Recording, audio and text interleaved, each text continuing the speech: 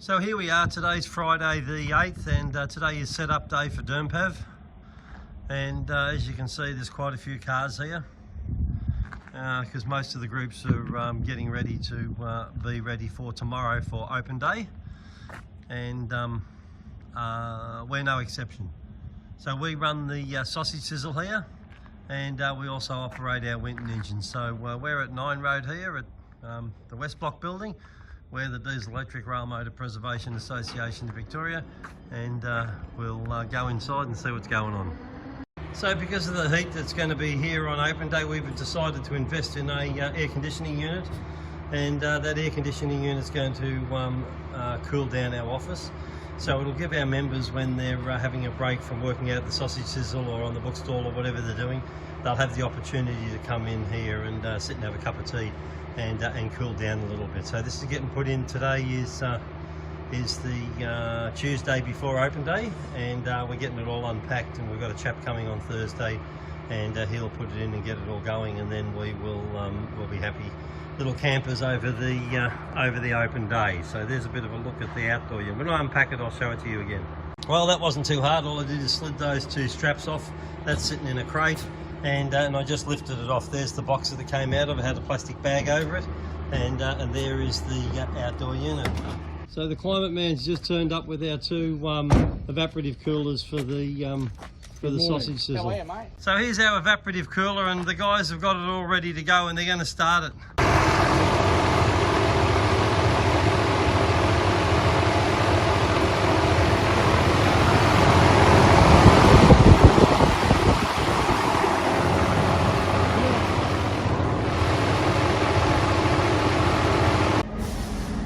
So as you can see here, we've got our barricades up.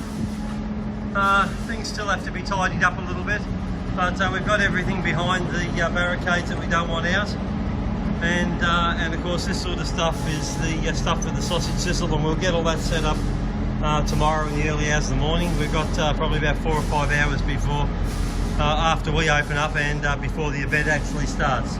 Our Winton engine's all ready to go. We've repaired the carburetor on the back of the engine there. You can see it just there hanging down, that big brass thing. That's the carburetor. It was leaking, now it isn't. Thanks to NZ supplying us with a copper gaskets, and that's all sealed up. That's a beautiful thing now. And then up here you can see our drink fridges are all ready to go. We've actually loaded them, and we've got them all on ice, so everything's ready to go there. They're all loaded up. And the reason we got them on ice now is so that the cans will be cool tomorrow morning. It's going to be 37 degrees, they're predicting. We've got our luggage displays ready to go on the two luggage trolleys, the platform trolleys they used to be. And then out here is our sausage sizzle. And we've got our vending machine here, that's all ready to go. People can just walk up to that and buy a drink. The drinks today, this event, are $3.50, and then of course we've got all our tables and chairs all set up. They're all ready to go, and the marquees are weighted down with these drums, and these drums are full of water. So these marquees are going nowhere, and these are a really good thing. And then up here we've got our point of sale, and then of course we greet all our customers at our table. And that's the collection point just there where they get all their stuff. And then up here we've got these evaporative coolers, because it's going to be 37 degrees. We decided to hire a pair of these to provide some comfort to the people that are in the queue. This one here points down towards the barbecue and blows a fair amount of wind down there, and does a marvellous job of keeping us cool. At least it did today when it was 27 degrees. And down here we've got another one of those evaporative coolers. So this one here is connected up so that it gets all the patrons that are down here. So that's a bit of a look at it. That's our setup today, and all the other organisations, you've heard that P class go past. They're all doing exactly the same thing. They're getting themselves all set up to crack on for tomorrow. For our open day, what Max does is he's made these fridges. You can see Anne there stacking them with ice. Yeah. There's all the ice in there, see? And what he does is we put our drinks and everything in there. And we'll just open this one up and have a look. See, there's all our drinks down there. And what happens is this ice melts and it keeps the... Put another one in there too. And then that keeps our drinks nice and cold. And then we sell these drinks, you see, you can't see. It looks like a fish market, but it's not really a fish market. And so we got a few of these. These are the two that go out in the sausage sizzle. And then we've got another two in here because we're introducing drinks into the bookstall this year because of the requirement that we found. So we've got more in here, you see. There you go. Yeah, all that's done. Good. Yep. Yep. And then this little one over here is for the voucher counter. Which is leaking. And it is leaking. Which is leaking. It's got ice in it. Oh, it's got ice in it. You're blaming Max for that, Well, no, see, these are warm. See the impression they're putting on the ice there? There you go. And there you go. And so you can see down there the ice is melting. But as the ice melts, we just make more of it. We might have a shortage of ice. Anne will open up the door and we'll just see. Oh yeah, look, we're going to have a shortage of ice there. Look at it all. Yeah. It's all in there. And the other freezer.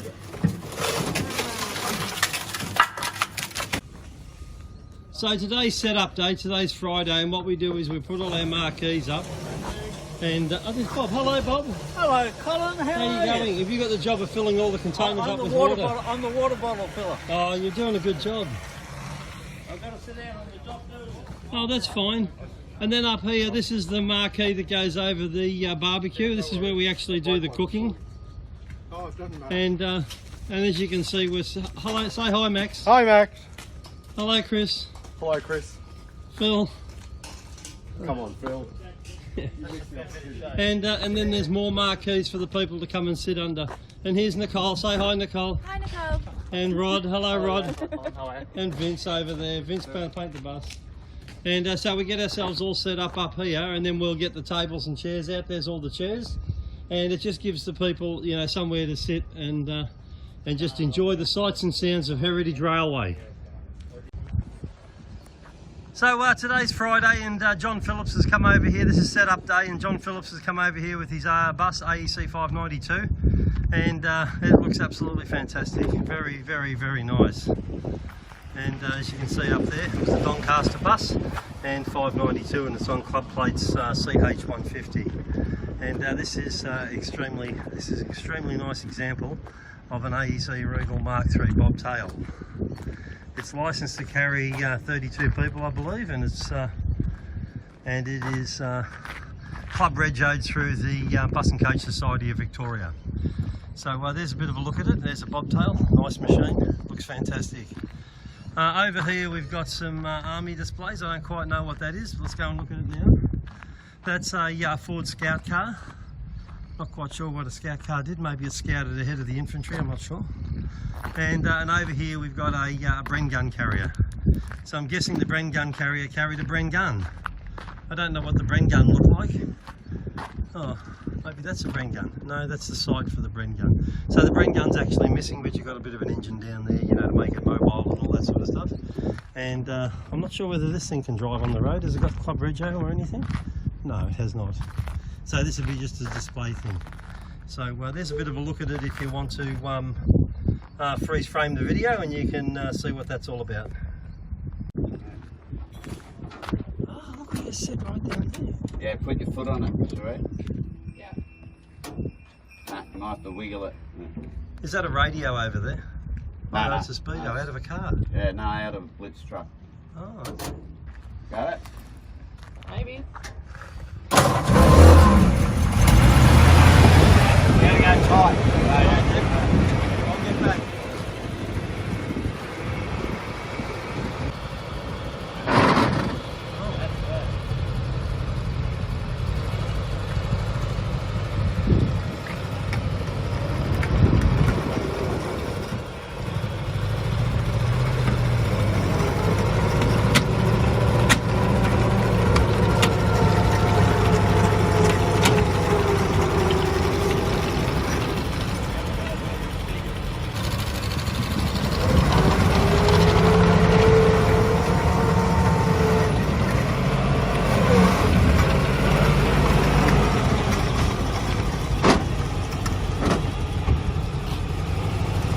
wharfmen just drive these machines around. They just go anywhere.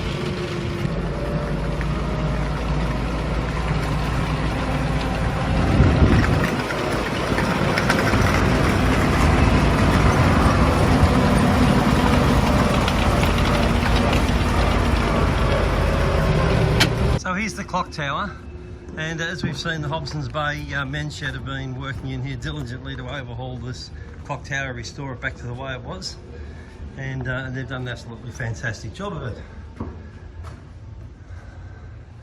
You can see just by the paintwork in here, it looks fantastic.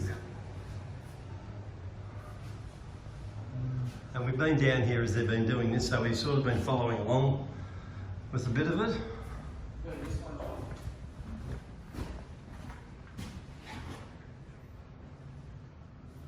I thought I'd get in before the crowds. You'll have heaps of people in here today and look at all this stuff.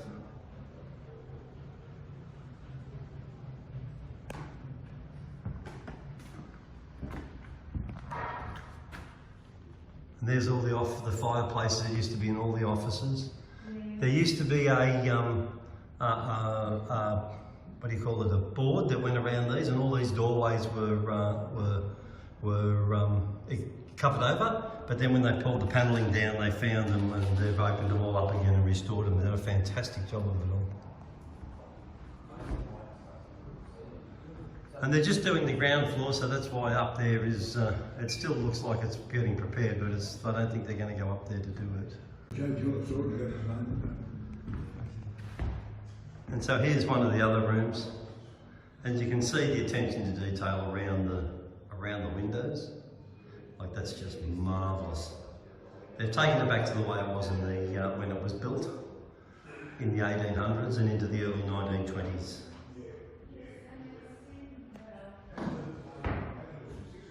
This is just a marvellous thing. It's really a credit to the Hobson's Bay men's shed in Newport.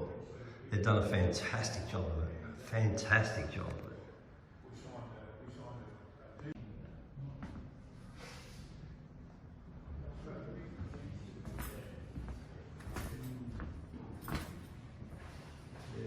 What it was like beforehand. That was a wreck. No, it was like that one in there. Yeah, that's right. That's a before, that's an after. Well, have a look at this. This is the one we used to be in. Fantastic. We had stuff coming off the walls. It looks beautiful now.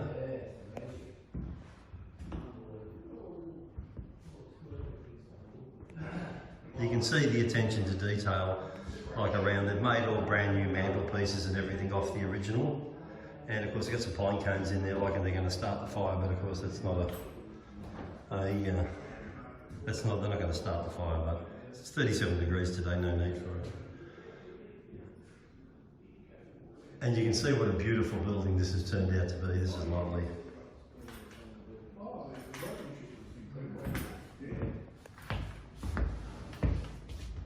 And that's a bit of a look at what it used to be like before. That's the panelling that was on the wall, and when they pulled the panelling down, that's when they found exposed the doorways that interconnected the office. I was trying to look around the thing, but you can't, of course, it's just a photo. But that's what it looked like before. Here's a Foden traction engine. It's got rubber wheels on it.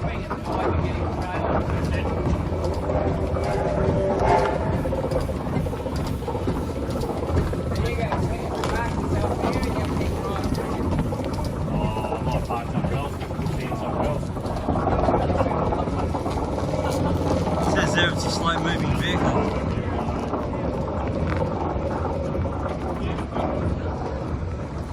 And here we are in the elect rail area, or where they do their carriages. And we'll come in and have a look around here. I don't know what's in here actually. They got some sort of a gun thing here.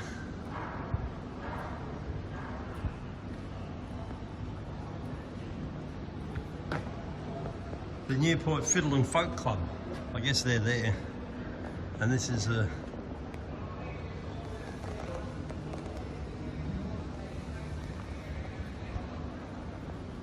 Oh, check that out.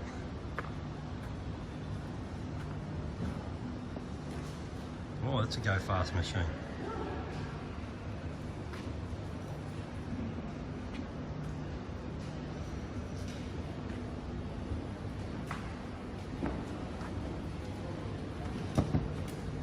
Hello. Hello, how Are are you you? with Steamrail? Yeah, Looks like you're with V-Line. it does a bit. Like you got the V-Line cutout things, you got V-Line hats giveaways, Yeah, and Steamrail on your shirts. yeah. Oh, you confuse people. And you can see the work they do here. You know, they're replacing the stick board on the side of the cars, and they take it off and they treat all the wood, and then they put the new stick board on, then rub the car back, and when they're finished, these guys do an absolutely marvellous job. And the car comes out looking absolutely beautiful. All the wood's all varnished and everything that you can see on the inside hasn't been done yet because obviously this one is still under restoration. But that's an absolutely beautiful job. And here's the Dalesford boys by the looks of things with their rail motors. Oh no, Yarra Valley Railway. Well, look at that. With a Walker rail motor. They got 22 up there. Be careful of these people, they like rail motors. That one's laughing, look. How you going? Where's the Dalesford guys? Not here. They're down there. We're not good enough. They're just down Oh there. yeah, no, they're not to be. That's the point. No, we're not good enough. They're not to be trusted, those blokes. They walk around with rail motor drivers' hats on with suburban train numbers on them. I was onto them last time. And then here we've got somebody, the Williamstown Historical Society. I wrote to them 100 times, they never wrote back to me not once. Oh, they've got Menties, let's have one. Can I steal one of your Menties? Thanks. I like you.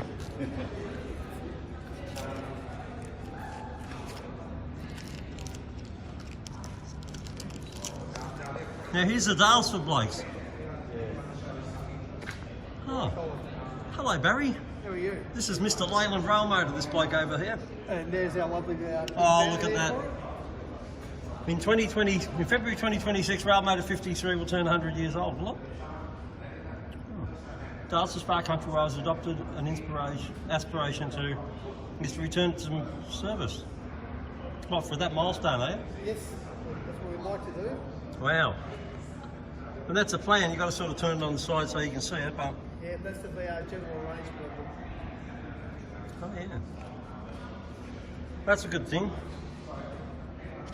These blokes like diesel electric rail motors like us. And then over here we've got the Mornington people. Hello, how are you going? How are you going, person from the Mornington Tourist Railway? Hello. And they got all their stuff. The headlight, that was here last year, or the year of last event. It's off a K-Class 177. They got that out. Has you got 177? We do. That come out of the Ararat Museum. It was a complete engine. I couldn't believe it. And that looks fantastic. And then over here, what's this, Baxter? Oh, and Tardy, two station signs. And here's the Diamond Valley people. Look at this little steam engine. Looks like you can actually drive it. Oh, don't kick this up. Tom Thumb. Oh, look at the compressor. Does that work? Yeah, it's a working air compressor. Who built that? Yeah, to supply all the air for the brakes. That's amazing. Yeah, It's like a real one, only on miniature. exactly. What's this modelled off like a cane engine, is it? Yeah, so it's modelled off a Bundaberg Fowler locomotive, which was built at the end of 1940s, early 1950s. Yeah. This particular model was built in 1993 and it's operated at Diamond Valley ever since then. Here's the Victorian Goldfields Railway. These guys are from Malden.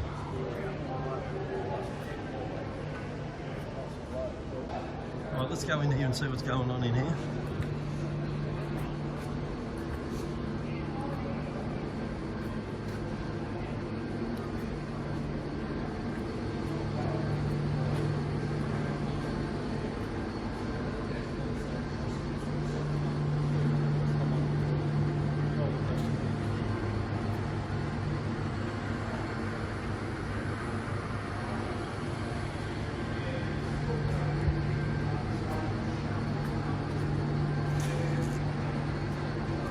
That's a DERM.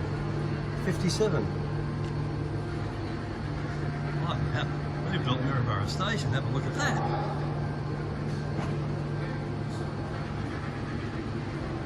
Big dead spot. Hello. Colin?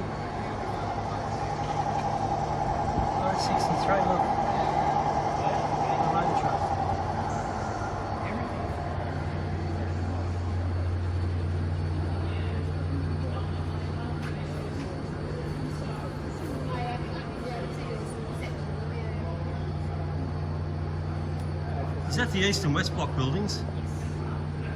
Is that all out of Lego? Wow. Who built it? Melbourne Elgate Train Club. How long did it take you to build that? Probably all up in it. Took about a year and a half. A year and a half to put it all together. And it's all on Lego baseboard, or is all those Lego baseboards all stuck down to a baseboard? No, it's all on loose Lego. Nothing glued Far there. out. And the 280's Lego too, is it? Mm-hmm. And the NA's Lego? Yeah, there's a Lego. Yeah. Everything's Lego? Everything's Lego. Yeah. Well, I've got to say, that looks impressive. Just watch the kids when they come in, won't you? They want to play with the Lego. Hey? That's why we've got the back four. Have a good event. Gisborne, I don't know who Gisborne is. Maybe Sunbury Model Railway Club.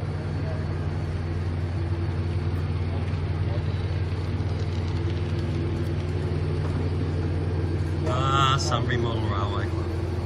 Hello. Hello, Mr. Kelly. How you going? And look, they've got a DERM here. Everyone's got a DERM. I need to get one. And then over here we've got turbo generators. That'll be the John Farrell display.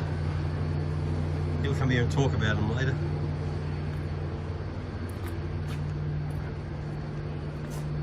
And then over here we've got the Y class.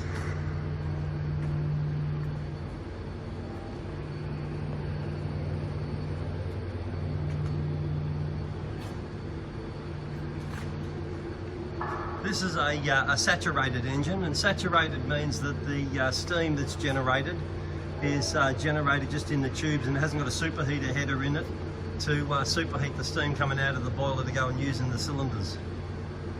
And you can see all the little boiler tubes in there. There's no flue tubes. The flue tubes are quite large. If we can see a steam locomotive that's got flue tubes in it, I'll show it to you.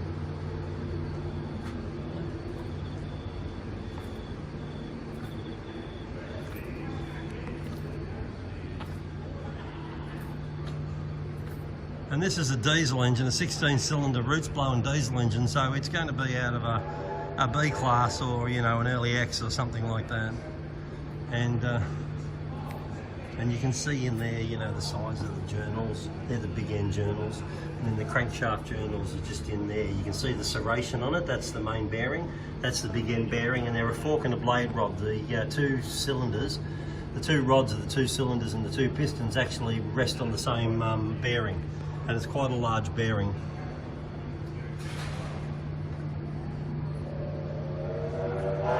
This is a 645 engine, it's not a 567 engine.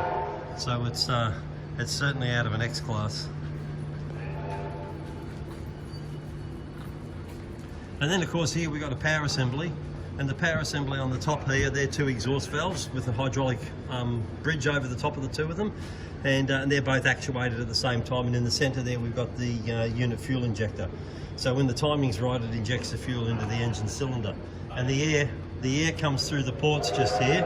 These are the air intake ports. We're looking at this on its side now, and that's the air intake ports, and the piston comes down, uncovers the air intake ports, and because it's a positive pressure, it pushes the fresh air into the engine cylinder on top of the crown of the piston, which is up there, and pushes these four valves at the top, which are not there at the moment. They're open, and then the positive air pushes the exhaust gas out, and at the same time replaces the cylinder for another charge of air, so that as the piston comes back up again, it traps the air and you've got fresh air in there, and it creates the power drive.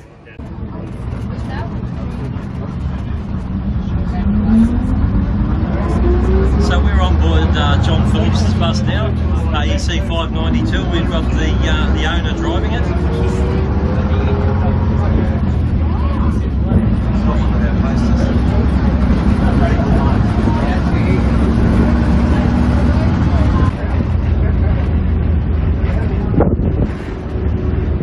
So John's got a lot of old posters that were in the bus when he acquired the bus in 1984. And here's our stop, and we're at the Railway Museum now. So this is one of the stops. The next stop's the Newport Railway Workshops. So the Railway Museum is open as part of the display for the open day. and it's free entry to come in. All you've got to do is get off the bus, and they've got quite a large examples of steam locomotives that have been retired. There's C10, and they've been in static preservation here at the Railway Museum for a long time. There's a K class over there, 165, and of course we've got a little diminutive Y class here, number 108. The one that Steamrail have got's 112, and I'm not sure which is the oldest one. I think they're both probably built in the same batch. Let's have a look here. 1889 too, yes, so I'm not quite sure. And then of course there's an X class, X36, and then they've got the D4, looks like they're painting it. And then there's a lot of little locomotives down there. E class tank engines, a T class, and then down the back's an F class. We won't go down there, but you know, this is open as part of the open day, and that gives them a bit of revenue, as you can see here. It's fantastic. You can see all the old station signs there, old scales. Absolutely done a beautiful job here. And to get a roof over the area now, see there's two roofs here. I guess they might connect them one day, but at the moment, you know, to have just that undercover space is great. If you need to be in neutral for the compressor, just the first gear down, I think so. Looks like it. Did you put the clutch in, did you? No clutch. I've just told the gearbox I want first gear, but it's not in first. We ready? Yep, we're good. Right. Now I'll just push the lever, and she's now in first. The door's still open. Now we're pulling in the second. One second, push it down and turn it.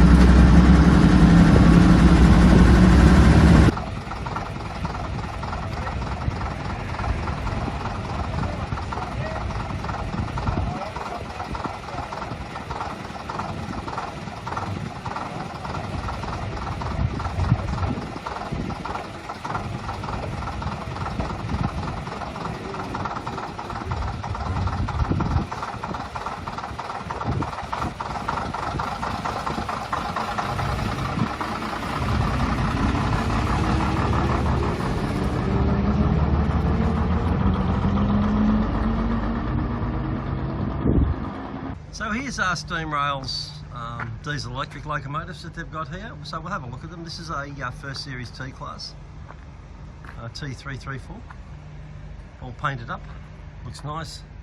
And then they've got T356 and a Y class down there. That's actually 707's operations. And then over here we've got B72, which they've only just restored. That's just finished. And that's a marvellous looking machine too. I guess I'll be using that on mainline operations. I'm not sure when. And then of course here's the machine that the B class replaced, the R's, which had only just arrived and were on the passenger trains. And then of course the B class arrived and displaced them because they were just far more economical to operate a diesel electric locomotive. Whereas these things had to stop and you had to oil them and put water and coal in them. Not so with these things. These just kept on going and going and going and going and going. And a testament to them, of course, is that B62 was the first locomotive to run 1 million miles. And still they're nice to look at and they're nice to see operate. And this is what Steamrail are renowned for, are their steam engines. That's R700 in the being restored at the moment. And you can see all the boilers in undercoat and all the wheels are all shiny and stuff. I think they're going to return that back to service, R700. And then here, of course, we've got A2986. And then we've got all the K classes, K183, what's that, 140, and which is masquerading as, I can't remember what one, 153 I think, and a 190 up there. And you can see here, they're like putting fires and stuff in these things to get them going, because they need the rocks in the furnace to make them work. Firebox rather.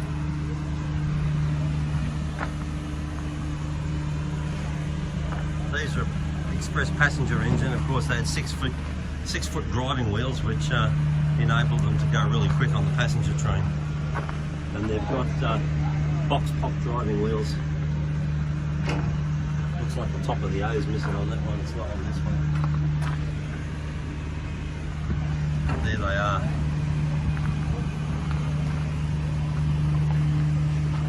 Don't leave your pliers there, will you? Right.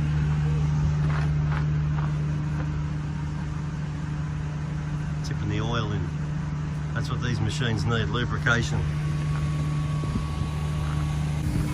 Like the amount of manpower these guys need to operate these engines and put onto display for the public is just enormous. Our little operation pales into insignificance compared to what these guys are doing.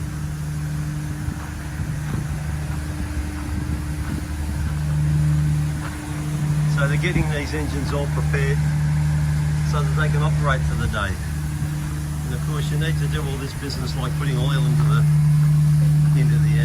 big end bearings and the coupling rods.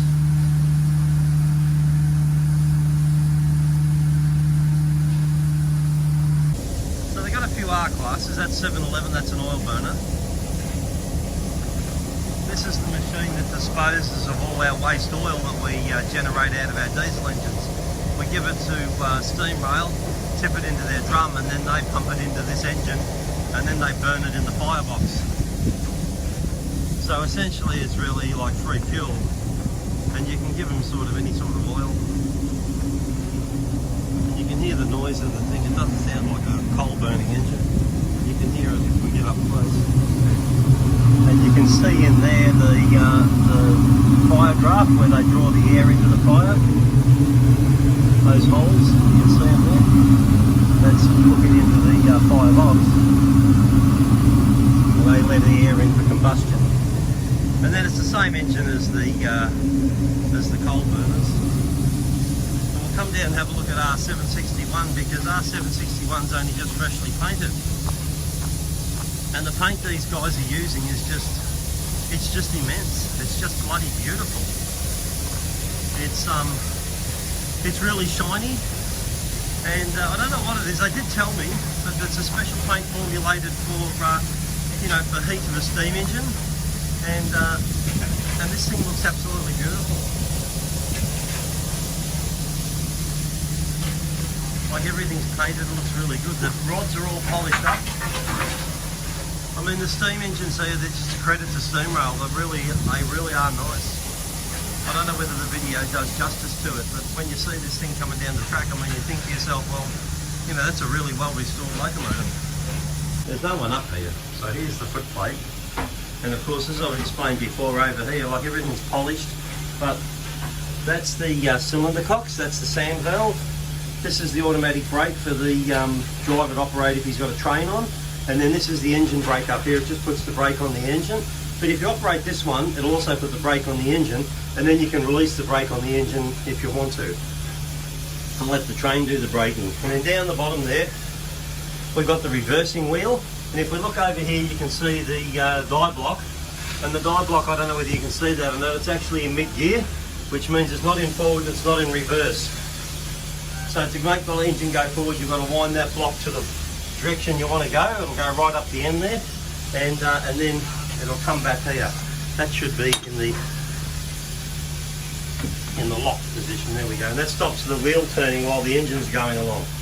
And then up here we've got the blow down to blow the water out of the boiler, because as the water's in the boiler and it dissolves into steam, the solids of the water go out and they sit down in the bottom, and that enables you to blow it out. This is the steam valve for the injector, so you can put water into the boiler, and there's the water valve under the driver's seat. So he can just reach down, turn the water on, then reach over and put the steam valve on, and his injector will start working. Up here we've got a hydrostatic lubricator for lubricating the engine cylinders, and of course here's the ever famous whistle valve. You pull that down and away it goes. And then up here we've got the turret to work all the different things. So there's a steam valve for the injector, the turbo generator, the stoker jets, the stoker engine, the compressor, and that's the isolation valve. And then down here we've got the lubricator, the injector, and the water gauge. And then over here they decided it was a really good idea to put a water siphon in, and a water column. And what the water column does is it levels out the water in the boiler so that you can't get superfluous readings. And you can see in there, well, I think you can. Yeah, you can just see it. You can just see the water bobbing at the top of the gauge glass there. And then here we've got the regulator. And this is the thing the driver opens, and of course it says there shut and open, and that lets the steam out of the boiler and down into the piston valves of the engine to start the engine moving. And then oh, here we go. There's no air, I don't think, no. So I'll open this manually and we'll have a look inside, and you'll see the fire. See the fire in there? I'll shut it again. And so that's the stuff that makes the water boil. And then over here we've got the stoker jets for the fireman, so he can work his stoker and get his coal into the firebox. And then these are the valves to turn it all on and throttle it and do all that sort of stuff. And then they've got all the pressure gauges to see what's going on. And what have they got there? They've got 50, 60, 70, 80 pound of steam in there at the moment. Of course, this operates at 210. You can see the red line there. That's where the safety valves will start lifting. And then over here, the fireman's got a replication, or a duplicate of what's going on over on the driver's side. He's got the steam valve for his second injector. And then again, he's got his water valve down there. That one's not painted blue. And then he's got his blow down valve to blow the water down. And he's got his damper control there, so he can regulate the amount of air that's going into the fire bed, so they can get a bright fire or not a bright fire. And here's the Steamrail member. Hello, Steamrail member. Hello. So this is our diesel electric rail motor. We've got a few of them, but only this one operates. This is 58 RM, and it's modelled off the EMC cars in America that the Electromotive company made. They entered service here in between 1928 and 1931, and during that time they were powered by a 106A model 220 horsepower Winton petrol engine, which we'll have a look at in a minute. They operated as petrol electric rail motors from 1928 right through to 1953. The first one to operate over our network was rail motor 55, and the last one to operate over the network as a petrol electric was rail motor 59. So anyway, let's go up and have a look at our Winton petrol engine. So this is our Winton 106A model 220 horsepower petrol engine, and we purchased this off a chap in the United States.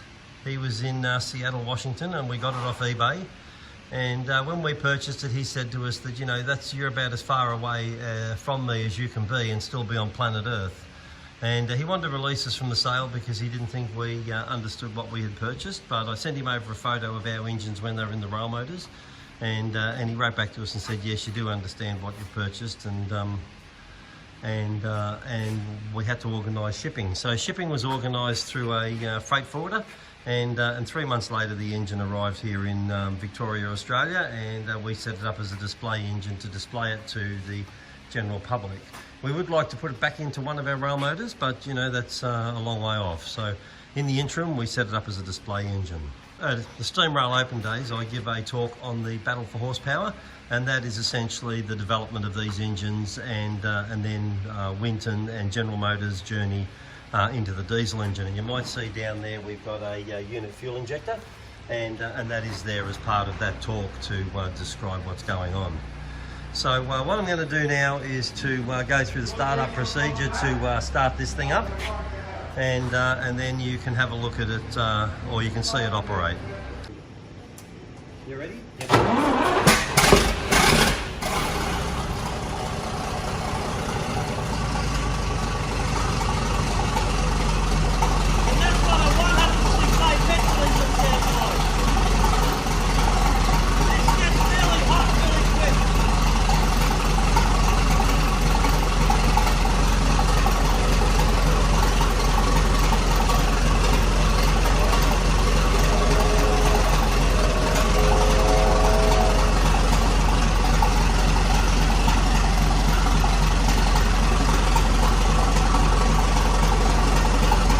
After we purchased this engine, we went on eBay and we purchased a Winton engine oil pressure gauge. As you can see, it's a bit off the peg at the moment and the engine's not running, so that needs to be calibrated if we were going to use it. They had one of these on the back of all the engines, and we thought we better have one too, so there it is on the display engine.